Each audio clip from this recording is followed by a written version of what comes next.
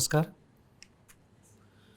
आदरणीय कुलपती डॉक्टर दीपकजी टिळक, माननीय कुलगुरू डॉक्टर गीताली टिळक मोने, आजच्या माननीय वक्त्या सौ शुभदा जोशी, उपस्थित इतर सर्व मान्यवर आणि आपण श्रोतेगण. कालच 148वे वसंत व्याख्यानमालेचे उद्घाटन झाले. या ज्ञानार्जनाच्या दुसऱ्या दिवशी म्हणजे आजचे व्याख्यान हे प्रामुख्याने कैलासवासी गौरीताई टिळक यांच्या स्मृतिप्रित्यर्थ आयोजित केले आहे. कैलासवासी गौरीताई टिळक या स्वतः थोर सामाजिक कार्यकर्त्या होत्याच, पण त्याचबरोबर त्यांना अध्यात्माचीही खूप आवड होती. त्यांचा अध्यात्माचा अभ्यासही खूप गाढा होता. अशा व्यक्तीच्या स्मृतिप्रित्यर्थ एका महिला वक्त्याचा सन्मान करावा म्हणून हे आजचे व्याख्यानाचे प्रयोजन. मी मान्यवरांना विनंती करतो की त्यांनी व्यासपीठावर यावं. आज पुण्यातील प्रसिद्ध पर्यटन संस्था गिरीकन ट्रॅव्हल्सच्या संस्थापिका माननीय सौ शुभदा जोशी या आजच्या वक्त्या म्हणून आपल्याला लाभल्या आहेत. त्यांचा मी आपल्याला थोडक्यात परिचय करून देऊ इच्छितो. महाराष्ट्रातल्या किंबहुना भारतात सर्वच पर्यटन व्यवसाय जेव्हा केवळ तीर्थक्षेत्र आणि त्यासाठी असणाऱ्या यात्रा कंपन्या यापुरत्याच मर्यादित होत्या, त्या काळात म्हणजे 1977 साली शुभदा जोशी यांनी पती विश्वास जोशी यांच्याबरोबर गिरीकन पर्यटन संस्थेची स्थापना केली. पुण्यातल्या पर्यटकांना देशांतर्गत आणि विदेशातही उत्तम पर्यटनाचा अनुभव देणाऱ्या सुविधा मिळाव्या, तसेच परदेशातून येणाऱ्यांसाठीही इथे आरामदायी प्रवासाची सोय उपलब्ध व्हावी, हे गिरीकनचे प्रमुख उद्दिष्ट होते. लंडन इथे असलेल्या अनेक मोठ्या ऑर्गनायझेशनसाठी पहिल्या अधिवेशनाच्या त्या अध्यक्षा होत्या. तर विमान कंपन्यांबरोबर संपर्कासाठी असलेल्या एजन्सी प्रोग्राम जॉईंट काउन्सिल असलेल्या त्या एकमेव महिला सदस्या होत्या. गिरीकनला भरभराटीला नेल्यानंतर त्यांनी कामाची सूत्रे नवीन पिढ्याच्या हाती देऊन शुभदाताईंनी निवृत्ती स्वीकारली. परंतु त्यानंतरही त्या सामाजिक कार्यकर्त्या म्हणून आजही कार्यरत आहेत. महाराष्ट्र नॉलेज कॉर्पोरेशन इथे सल्लागार म्हणून त्या जबाबदारीही स्वीकारत आहेत. पर्यटन करत असताना त्यांना पुरातन भारतीय संस्कृती आणि अध्यात्माची विशेष आवड असून त्या संदर्भातील अभ्यासातही त्या खूप रमतात. पर्यटन आणि अध्यात्म या दोन्ही बाजूंनी खऱ्या अर्थाने मातीशी नाते जोडणाऱ्या शुभदाताई आपल्यासाठी उपस्थित आहेत. मी आता माननीय कुलपती सरांना विनंती करतो की त्यांनी शुभदाताईंचा सन्मान करावा.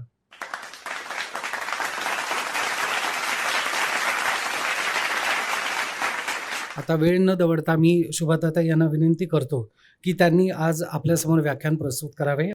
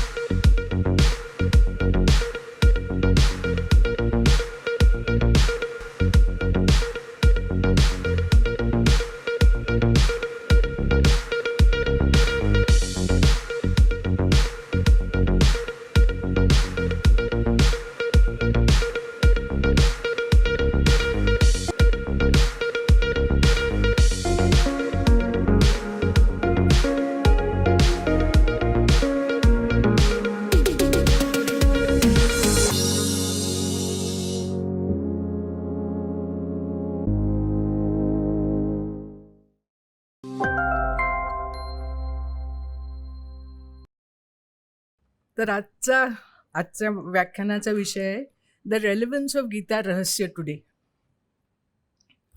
I would like to thank Vasant Vyakhyanmala, Dr. Tilak, and Dr. Geetali Tilak for giving me this opportunity to be a part of this pageantry. Started 148 years ago by Nyayamurthy Ranade in 1875. I am truly humbled. To be given an opportunity to talk about Lokmanya's Geeta Rahasya is nothing but an honor. I do beg his pardon for my indulgence, and I'm sure he will forgive me if I go astray. To be able to talk on Geeta Rahasya in this institute, the Center for Learning in his name, what else could one ask for? I am but a student of his works, and I request all of you to treat me like a student and correct me wherever I go wrong or I go overboard. I bow to his memories and begin my presentation. Geeta Rahasya is relevant today. There is no question about it. Because Geeta Rahasya is the scientific interpretation of the Gita by Lokmanya, which brings out the Rahasya or solves the mystery of not only the self, but its relation to the universe. It establishes the importance of action, right action.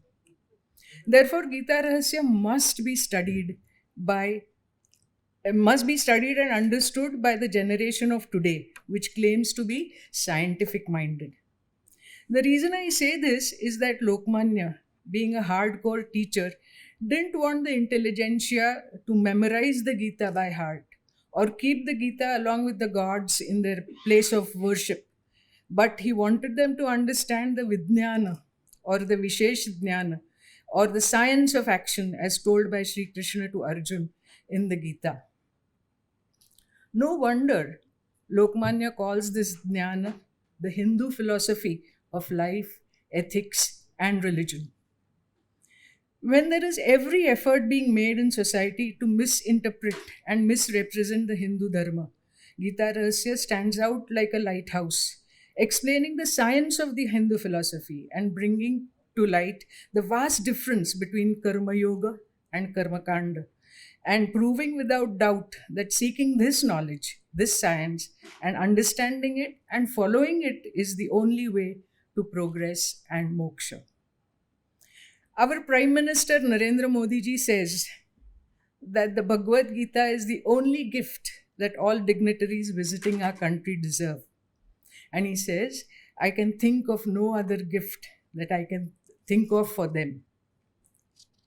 While Sri Krishna was answering the questions of Arjun on the battlefield of Kurukshetra, he has said in the 4th Adhyaya that he had explained the Karma Yoga to Vivaswan, the son, who taught it to Manu, and Manu taught it to Ikshvaku, and it carried on from king to king over generations. The kings served their citizens well, based on the Shastra laid out in Karma Yoga. Unfortunately, this Shastra of Karma Yoga was somewhere then lost in transit. Sri Krishna further says that Karma Yoga is the most relevant Shastra, Guhyatama Shastra, and therefore I am explaining the same to you now at the time of war, when delusion seems to have gripped you and you seem to be wanting to run away from your responsibility. It can be said that 5,000 years later, today, it remains to be the most relevant Shastra. It is the only Shastra that can help us wade through the turmoil the world faces today. As we all know, the Bhagavad Gita is a part of Mahabharata, where Sri Krishna succeeds in dispelling the depression of Arjun and readies him for war. It is important to note that the story of Mahabharata was actually written well over 1 lakh shlok by Maharshi Vyas to show the various shades, mindsets, and behavior of all the characters therein, explaining where and why they take the decisions they took or acted the way they did then. The story of Mahabharata, of which he too was a part, became so very vast with so many characters and so much happenings that Vyas Maharshi felt it necessary to explain the core principles behind actions and reactions at one place and lay down the guiding principles of actions coherently, as the whole of Mahabharata would not be read and comprehended by the common man. He strongly felt that the Niti and Dharma Shastra behind every action should be explained to everybody. The Bhagavad Gita is where this has been achieved. In just 700 shloka, and Arjun's dilemma has been used to collate all the Shastra and explain how these have evolved and how it affects the decision making of every action. So, it was almost like the knowledge spread over 1 lakh shloka was crammed in like a genie in a small bottle called Bhagavad Gita. And this bottle was then set out into the sea of the world, inspiring millions for over 5,000 years. Gita has been interpreted by many over centuries, by stalwarts like Adi Shankaracharya, Ramanujacharya, Madhvacharya, Vallabhacharya, Nimbark, Sridhar Swami, and Jnaneshwar. And each one has found different ideas in the Gita to suit the call of their time. Adi Shankaracharya laid stress on sannyas, while Jnaneshwar brought out the truths through bhakti. Lokmanya has said that his intention of writing the Geeta Rahasya was to bring out the salient points in the Gita and bring before the readers how Gita is actually a shastra of karma yoga, a science of action, based on pravrutti and not inaction or nivrutti or sannyas, as had been interpreted earlier. Lokmanya, as we all know, was intensely involved in the struggle for independence, and he was shocked to see the apathy and complacency so deep rooted in the hearts of citizens. He realized that unless the hearts and minds of the Hindus were awakened to realize the glory of their past, unless they were introduced to the knowledge spelt out in the Vedas, Upanishads, and Gita, and unless they shed Karmakanda and uphold Karma Yoga, the spirit of Rashtra Dharma would not be awakened in them. He was continuously trying to awaken them through his own actions and his editorials, for which he was jailed and sent to Mandale. We all know that it was there in Mandale, in faraway Burma, that he wrote the Geeta Rahasya, which he called the Hindu philosophy of life, ethics, and religion. He not only opened the bottle and let the genie out, but he explained systematically every aspect of the human nature, awarded humanity one of the greatest interpretations of the Hindu philosophy. He explained all the principles threadbare and brought out the essence of the Gita by interpreting it as Karma Yoga Shastra, thus trying to encourage people to carry on their duty selflessly and contributing to Rashtra Dharma. 4 years after Lokmanya's death, Sadashiv Shastri Bhide and Lokmanya's grandson, Gavi Ketkar, established the Gita Dharma Mandal to carry forward the message that Gita Dharma is Rashtra Dharma. This institute will soon complete its centenary. And after independence, what is the situation today? Our value systems have gone astray. The real meaning of dharma and swadharma are purposely twisted. The family systems are crumbling. Under the name of progress and science, there is a high level of misinterpretation about our Shastra. Words, statements, meanings are misrepresented continuously.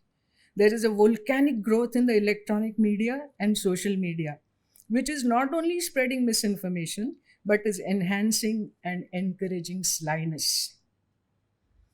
It was said that 2 things changed the structure of society in the world.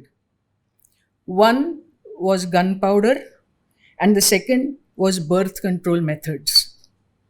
Manufacture of gunpowder encouraged man to fight slyly, and we lost bravery. And the birth control measures found ways of crushing and crumbling the social value system internally. Man became free to commit illicit acts without the fear of being caught.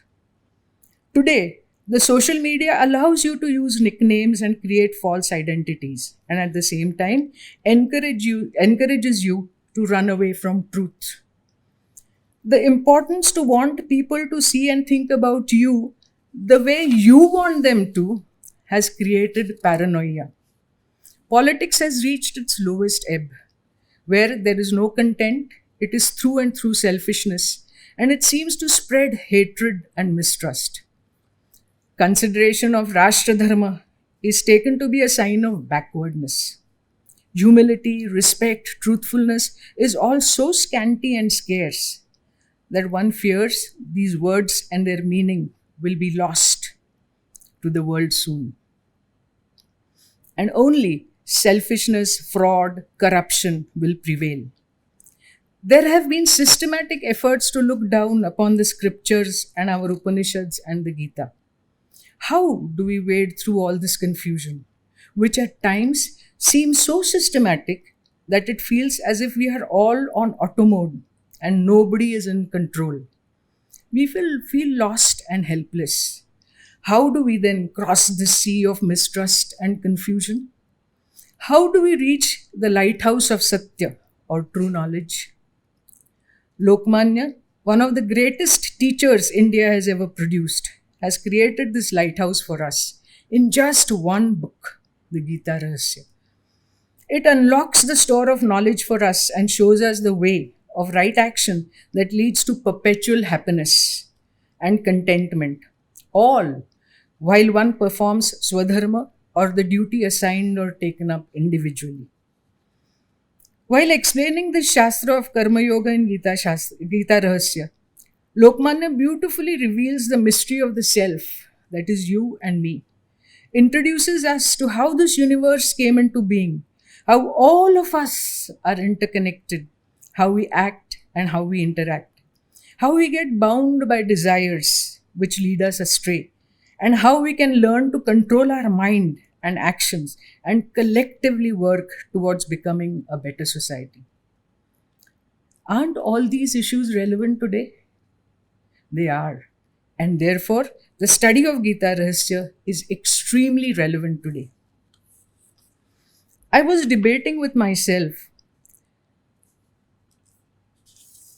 as to how I could open the bottle and bring out the genie of knowledge, the importance of Dharma, Shastra and Niti Shastra, bottled up in the Gita in 700 shloka, and which has then been expanded by Lokmanya to 700 pages of knowledge, science, Vijnana and Vishesha Jnana. Lokmanya has said at one point in Geeta Rahasya that understanding that a variety of forms in the universe are created from only one Avyakta Brahma is Jnana. Let me repeat. Understanding that a variety of forms in the universe are created from only one Avyakta Brahma is Jnana. And how this variety of forms is created from that one Avyakta Brahma is Vijnana. That is science. Aren't we all the while searching for this how? While I was pondering over how to establish the relevance of Geeta Rahasya, I realized that just like Lokmanya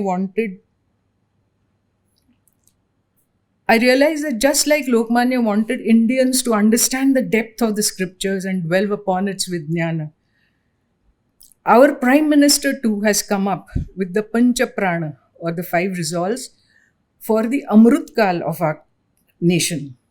I thought there is no better way to bridge the 100 years between the birth of Geeta Rahasya and today by expanding on this Pancha Prana and the relevance of Geeta Rahasya. And what are these Pancha Prana? They are 1. To work towards a Vikasit Bharat. 2. To remove any vestige of colonialism. 3. To retain and understand our roots. 4. To understand and ensure unity in diversity. And 5. Carry out citizens' duties. Aren't these more or less the same principles that Lokmanya too spoke of during the freedom struggle? So I tried to put together what Lokmanya would want us to understand through his Geeta Rahasya, the essence in each resolve that our Prime Minister has set out for us. This search is what I present before you today.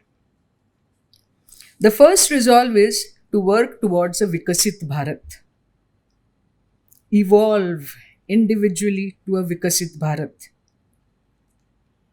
As we know, the earth has evolved over thousands and thousands of years, as it was born 4.5 billion years ago. From a ball of burning lava, going through cosmic evolution and then organic evolution, man has evolved physically. He is the only animal on earth that has a mature brain and can do, think, and imagine. So scientists say that man is now going through what is called the spiritual evolution, the evolution of the mind, the phase where his mind is evolving, expanding, and the knowledge base is expanding too. Technology is making life easier, and man is making progress in every direction. Somewhere on the way of evolution, man realized that he understands the world through perception. And what is perception? Perception is understanding the world with the help of our senses. Our rishis felt that there are many things which are not perceived by the senses but are experienced through individual experience and are sukshma and are just felt. Like what we call the sixth sense. The rishis with tapa and the understanding of the Vedas and the scriptures kept the investigation on Vyakta and Avyakta Jnana on and produced philosophies spelt out in the Upanishads. This was Adhyatmik Jnana. The West felt it is easier to handle things that are perceived by the senses, which are only 5 in number. This sense of perception is known as Adhibhautik Jnana. That which is perceived to our 5 senses slowly started being taken as the truth. And as the West started capturing power over the world, they tried to spread its beliefs as the only truth. As science of the objects in the West progressed, they kept pursuing the study of Adhibhautik Jnana and set out to create external sources of happiness.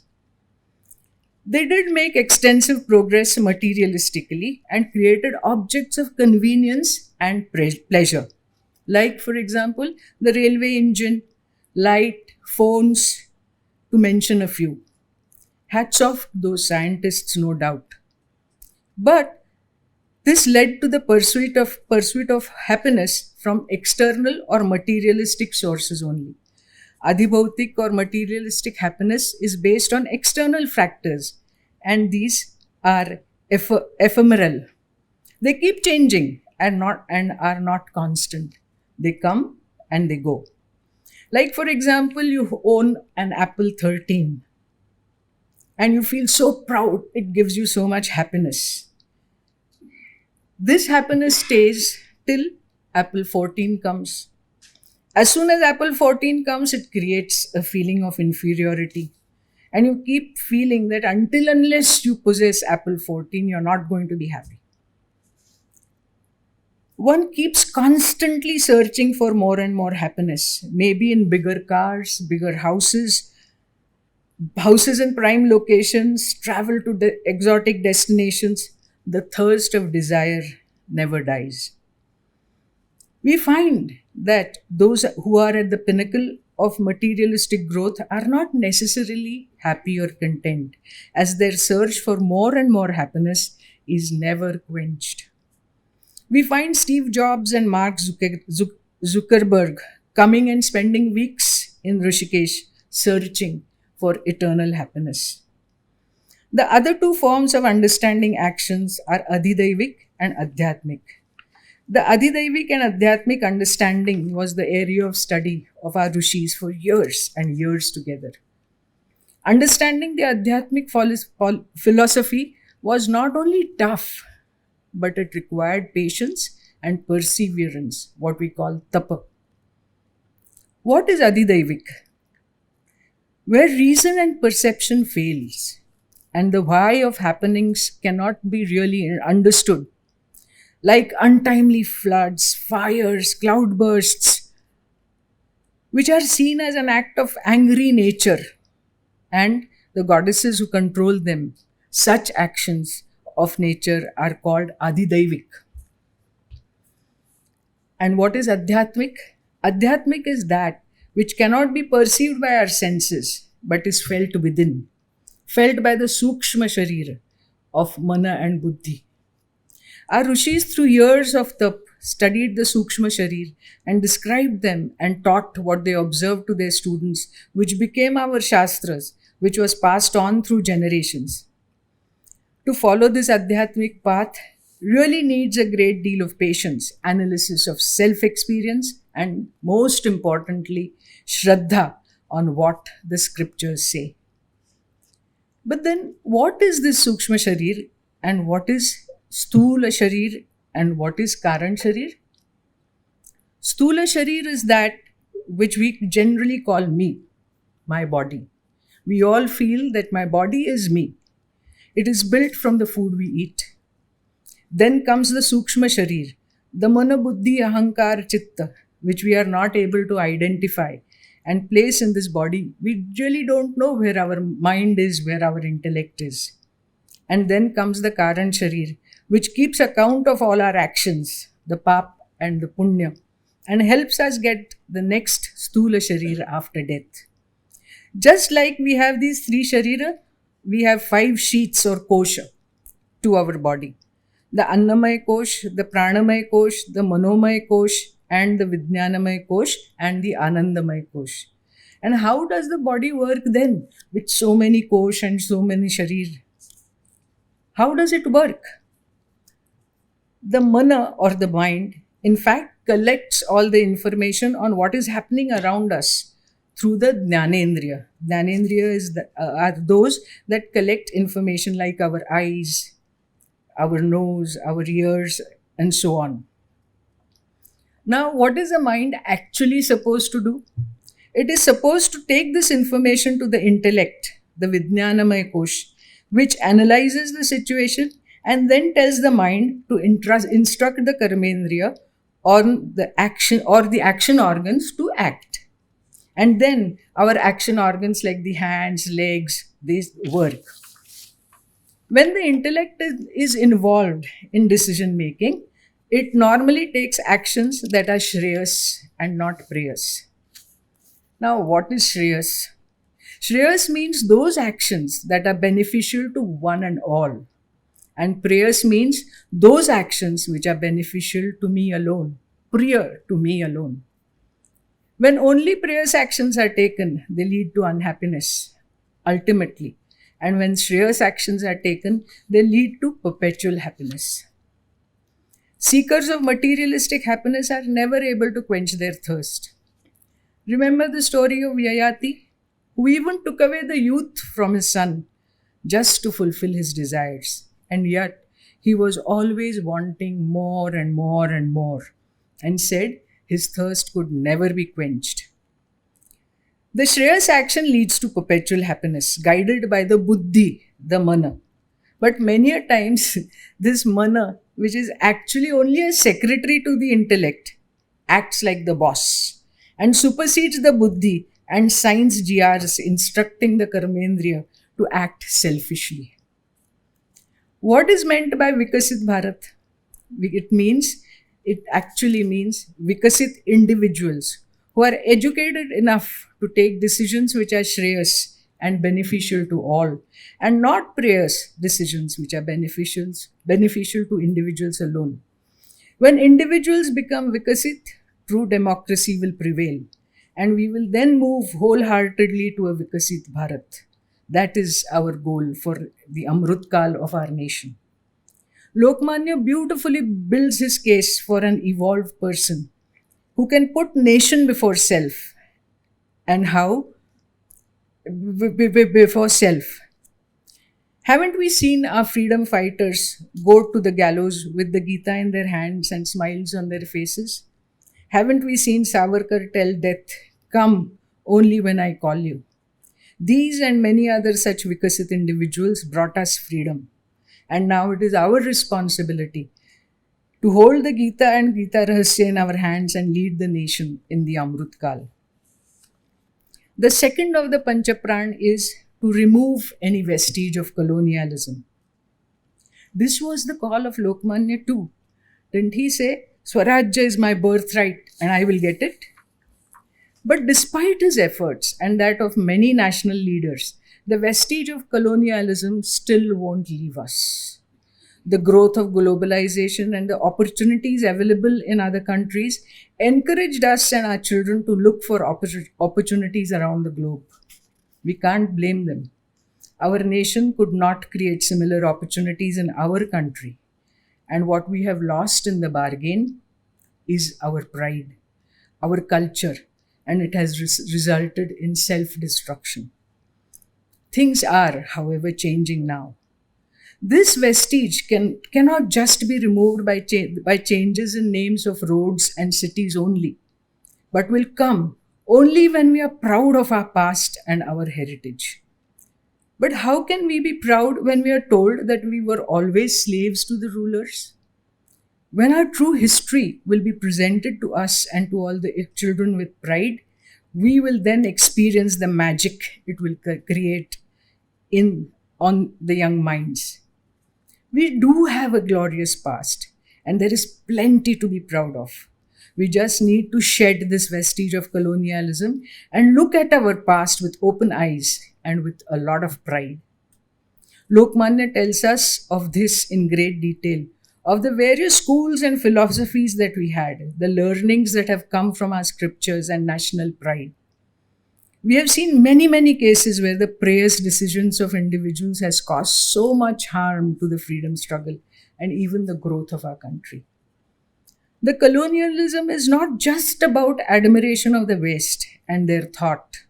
It is also about complete loss of pride and how this, when students from our country go abroad and talk against our country, it is the biggest sign of colonialism and feeling obliged to those who ruled us in the past. Again, the desperate desire for external things, the lack of pride in what is ours, is harmful, and the disdain of our culture, the acceptance of false history for such a long time are all indicators of colonialism. When true history is misinterpreted and forced down students for generations, it is going to require efforts of selfless work for an equal number of years to bring back the pride of our heritage, culture, and history. For this, looking inwards and understanding what we feel, analyzing it, and patiently work towards getting rid of unnecessary thoughts and desires is the only solution. Lokmanya in his Geeta Rahasya has given us all the fodder to make this happen. The third of the Panchapran is to retain and understand our roots. The principles that have been taught to us over generations form the roots of our behavior and our understanding. We Indians, from whatever part of the country, of whatever cultural background, or in whichever language we speak, we have been taught certain principles from childhood. They are called Yama and Niyama, which guide us. Yama are Satya, Ahimsa, Asteya, Brahmacharya, and Aparigraha. We all know it. Niyama are Shaucha, Santosh, Tapa, Swadhyay, and Ishwar Paridhan. We all know that too. We have been taught the Sadhana Chatushtaya, which are Vivek. We know Vivek is discrimination, to be able to discriminate between truth and falsehood. Vairagya, renunciation or control of desires. And the Shatasampatti, Shama, Dama, Uparati, Titiksha, Shraddha, Samadhan. And then Mumukshatva. All these are told through stories to our children. It may not be presented as the Niyama and Yama and Niyama, but they are definitely a part of all the stories that were told to children for years. All these teachings form the root of all that the scriptures teach us. It also teaches us to shoulder the responsibilities that the four ashrama bring us. Which are the four ashrama? Brahmacharya ashram, Gruhastha ashram, Vanaprastha ashram, and Sannyas. We need to do all the duties that are assigned to us by these ashrama. Every ashram brings certain roles and certain responsibilities. We can't just skip responsibility and tilt towards inaction or sannyas. Lokmanya too was for sannyas, but sannyas from desires, sannyas from expectations, and from the fruit of action. These principles listed above have been the basis of our social behavior, our roots. We must not only memorize them, but should apply them in our day-to-day activities and also tell children as many stories as we can, which will build up these roots in them. The fourth Panchaprana is ensure unity in diversity. In the 8th chapter of Geeta Rahasya, Lokmanya takes us on a trip to understand how this universe was formed and how from the Sukshma Brahma Tattva this diversity has been created in nature. He lucidly explains to us how, even if the Brahma Tattva is one, it appears so varied and different. Why do we see so many forms, so many colors, so much diversity that makes the world so interesting? Then how could it be formed from just one Brahma Tattva? He explains how Sattva, Rajatama, Guna, which are a part of Prakriti and a part of us, work towards bringing this diversity. How karma or action, which is the base of Karma Yoga Shastra that he promotes, creates baggage on the Karan Sharir, and how when this baggage of Pap and Punya is not created, one merges with Parabrahma. He also explains what karma and akarma means, which I think is one of the most important things for all of us today. Karma is action and can create papa or punya based on the quality of action. We normally believe, like Arjun did, that if I don't go to war, I will not kill. And if I don't kill, then I will not carry the baggage of papa. But Lokmanya argues that Arjun being a Kshatriya was bound by the duty to fight against the evil and establish dharma. So, if he did not perform his duty, he was doing akarma, and if he refused action, he would then still have to carry the burden of papa. At the time of death, though our Annamaya Kosha is either cremated or buried, the Linga Sharir or the Sukshma Sharir carries the deeds of the Karan Sharir, and then, based on the mathematics of the Karan Sharir, gets rebirth in an appropriate being. Lokmanya thus solves the mystery of rebirth and explains what and how Krishna had said to Arjun that you may not remember your births, but I do. It is because of the Atma, which is a part of the Paramatma, lives on forever. When it is burdened with the desires and wants, it becomes the Jivatma. And when it rids the baggage of lust, anger, and desires, it starts its journey towards Paramatma. And the merger into Paramatma could happen once it has no baggage at all, maybe over a few lives. We as human beings have a lifespan of say 100 years. That is not exaggeration, that is what it should be. And this universe has been on its toes for millions of years.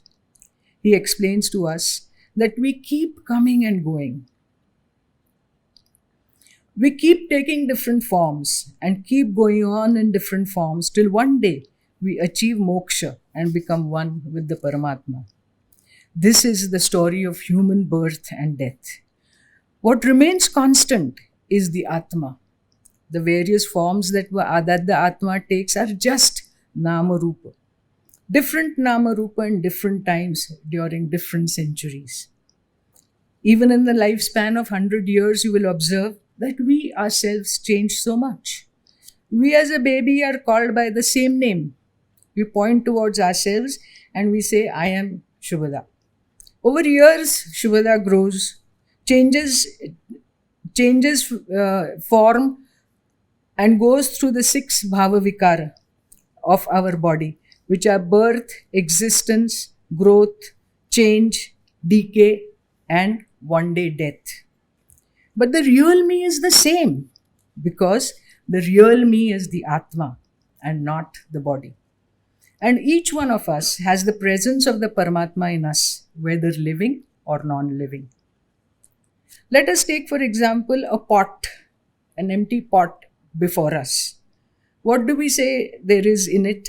We say there is Akash in it. Now, if the pot breaks, what happens? Where does the Akash go? It goes and mixes with the Akash all around us, doesn't it? Doesn't it? We were trying to say that it was in the pot. We create the differentiation of my body, your body, his body, etc. It is actually the same Atma that takes these various Nama Rupa. The same is true of gods. We call them Ganpati, Shankar, Jesus, or Allah. They are all different coverings to the Atma, which is the same in all living and non-living beings. Lokmanya leads us to this understanding that there is this unity, this Paramatma in everything, though this may appear as different in different beings. Jnana or Vishesha Jnana is this understanding of unity in diversity. Though our country boasts of so much diversity in culture, clothing, eating habits, beliefs, and languages, we are all one. Because we have Shraddha in what our scripture tells us. And it is this understanding of unity in diversity that makes our country so, so very beautiful. An understanding of this has been spelt out by many of our saints. For example, hasn't Sant Tukaram said, जे जे भेटेल भूत त्यासी मानावे भगवंत, हा भक्तियोग निश्चित जाण माझा. Lokmanya in his Geeta Rahasya explains this unity in diversity beautifully. And once this understanding is reached, the Shadripus of anger, lust, desires, jealousy, and envy soon start receding and takes us to be closer to becoming a Vikasit person. The fifth and the last Panchaprana is carry out your own duties and responsibilities. If we were to add to this just one word, Nishkam, or without expectations, it would sum up what Lokmanya's interpretation of Gita is. Gita is Karma Yoga Shastra and it is a science of action, karma. There are various categories of karma. Some are involuntary, like the blinking of our eyes or us breathing. Some are nitya karma, actions that are to be undertaken regularly. Naimittik karma, that means actions that are taken for a purpose. Kamya karma, for fulfilling a desire. And there are some actions that are not desirable or nishiddha karma. And at the same time, every individual wears many hats. Like, for example, a woman is a daughter, a mother, a wife, an aunt, a vice chancellor, a daughter-in-law, etc. Each role brings certain rights and certain responsibilities and duties. These could at times clash with each other. Therefore, while we perform actions, we, like Arjun, do get caught in various dilemmas in life, don't we? Should I take active part in politics? Should I support Mr. Gandhi or Mr. Modi? These are dilemmas, and any dilemma, no doubt, is tough to handle. Then how do we solve them? Before we try to understand how we solve the dilemmas or wriggle out of the to be or not to be situation, we need to first understand why does this confusion arise? Why does this to be or not to be situation arise? You will agree that it is this if that the standard rules laid down by society are common to all, which tell us what is the right thing to do and what is not. If all of us in society follow the rules that are laid down, there should be no confusion, right? There should be no conflict. But that doesn't happen. The confusion persists because why? Why does confusion persist? It is because some follow rules and some do not. There is an important rider to the following of rules. The actions have also to be understood in context of the effects of the action. Let me give you an example. Stopping when the signal is red is a rule. Do you agree it's the right rule? Yes, it is the right rule. But what if an ambulance is going by? Should the ambulance be allowed to break the rule? We will all say that yes, the ambulance can and should break the red light because a life is under consideration. And then a bully comes by and says that if the ambulance is allowed to break the rule, why should I be stopped from breaking the rule? Then it is here that the next question arises. Should those following the rules, after taking into consideration the context, allow the cruel, strong, and bullying to have their way? Or should those following rules stand up against the wrongdoers to establish and fight dharma? So, what is dharma? Dharma are nothing else but rules laid down to ensure that the society at large functions smoothly. Simple rules like stop when the signal is red, build houses as per the rules of the corporation, pay taxes. Niti Shastra and Dharma Shastra lays down rules to be followed in general. These rules are applicable in the given period of time. Like the rules that were at the time of Rama cannot be the rules of today. Today we have different rules and they are bound to change in different times. In today's world, they are nothing but the constitution of the country or the rules of an organization. The main aim of Gita and Geeta Rahasya is to guide us in finding the right action in conflicting situations. The Shastra of classification of right and wrong action is Karma Yoga Shastra, also known as Yoga Shastra. The terms used for classification of right and wrong are dharmya, adharmya, pap, and punya. The meaning of dharma is actually linked to duty, to responsibility, as delegated by the social conditions at any given time and the role you play in society. It signifies that which upholds every section of society. When dharma is lost or twisted, the very thread of society is broken, and when the value systems binding society are broken, society goes haywire. Dharma is responsibility, not religion as is wrongly interpreted. Lokmanya adds that when we ask, what is your dharma? What we are actually asking is, which are the set of rules you follow for a living, for seeking happiness? Dharma, therefore, is not just Hinduism, Jainism, or Islam, but goes beyond all these to Rashtra Dharma, Mitra Dharma, Patni Dharma, Citizen Dharma. Each role in society has certain responsibilities and rules and that is Dharma. Dharma says even if one has to gather wealth in society, it should be done vigilantly without breaking the rules laid down by social conditions of that time. There is nothing wrong in accumulating wealth and creating empires, provided it is done truthfully and without cheating or robbing the weak. The same applies to all urges and desires, including sexual urges, which should always be in keeping with the norms of society at the prevalent time and under consideration. Dalai Lama says, happiness is not something ready-made. It comes from your actions. This is the teaching of Gita, that if you carry on your actions under the full control of the mind, with intellect, without really worrying about the results and maintaining equanimity about sukha or dukkha, then there is no fear about the results or sorrow arising out of the action. Thus, if one can rid of the expectations from the results of the actions, a lot can be achieved. This is also called Nishkam Karma and is the basic principle of Karma Yoga Shastra.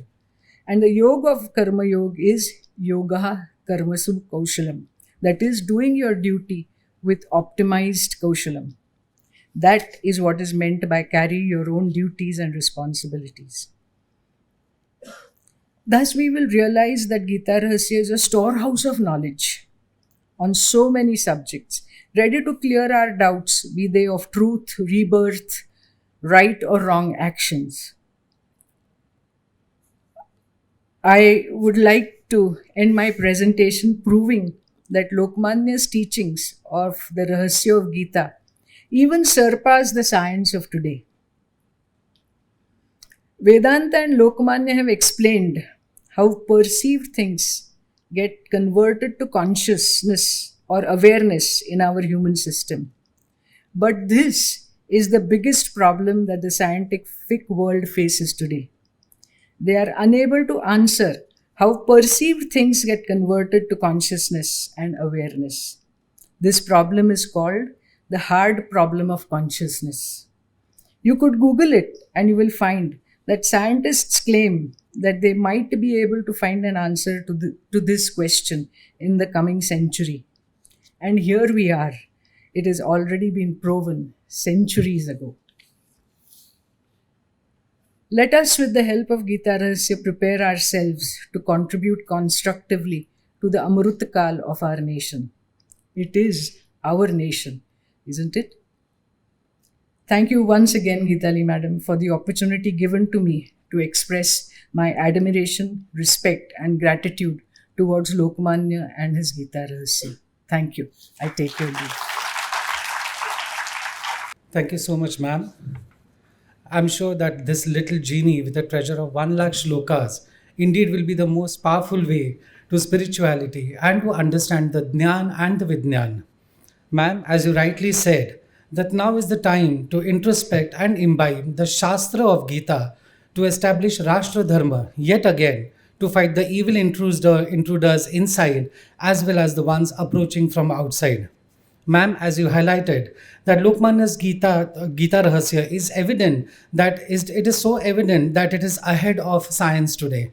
On this occasion, I am extremely honored to mention that very soon Tirak Maharashtra Vidyapit is launching an online program of Geeta Rahasya in English as well as in Marathi, and it will also be available through the YouTube channel. Ma'am, thank you so much for these enduring words from you. Thank you so much for sparing your valuable time and enlightening us with your words of wisdom on Geeta Rahasya. Before we conclude today's session, I would like to just remind you, उद्याचे जे सत्र आपले वसंत व्याख्यानमालेचे जे सत्र होणार आहे दुपारी 4 वाजता, ते सत्र online सत्र असणार आहे आणि शहरीकरण आणि हवामान बदल या विषयावर व्याख्यान देण्यासाठी पुण्याच्या माजी महापौर ॲडव्होकेट वंदनाताई चव्हाण ह्या ऑनलाईन पद्धतीने आपल्याशी संवाद साधणार आहेत. तर उद्याही आपण सर्वांनी असाच भरभरून प्रतिसाद द्यावा आणि ऑनलाईन पद्धतीने वंदनाताईंशी या विषयावर संवाद साधावा. धन्यवाद. आजचे सत्र संपवण्यापूर्वी मी ऑडियन्सला विचारू शकतो, तुम्हाला काही प्रश्न असतील तर शुभदाताई तुमच्यासाठी इथे आहेत, तर आपण त्यांना काही प्रश्न विचारू शकता. Thank you, ma'am. It was a wonderful lecture, and I was trying to be attentive throughout the 100% of the lecture. I really You have to try to be attentive. no, it was easy because the subject on which you were talking was extremely relevant to my field, so I could easily catch interest. And I was very happy when you mentioned that today's genius like Mr. Steve Jobs and Mark Zuckerberg visited Rishikesh and learned meditation. That is how they learned it from the rishis of India, ancient rishis, and that is how they could establish big companies, which are Fortune 500 companies in the Silicon Valley. So I like that point very much. Thank you. लोकच कर्मसु कौशल्यबद्दल बोलतात. याचा अर्थ एवढाच घ्यायचा की जे काम तुम्ही करताय ते उत्तम करून याला येऊ म्हणतात तर वेगळं काही ते अर्थ आहे. तोच अर्थ आहे की जे काही तुम्ही कराल, जी काही जबाबदारी तुम्ही घ्याल, त्याच्यात सगळं कौशल्य वापरून तुम्ही ते करा आणि त्याच्यावरच लक्ष द्या. Any questions from the audience? Thank you so much ma'am. मी आता जाहीर करतो की आजचे सत्र आपले इथे संपले आहे. उद्याच्या सत्राला जसं मगाशी सांगितल्याप्रमाणे आपण 4 वाजता ऑनलाईन पद्धतीने भेटणार आहोत.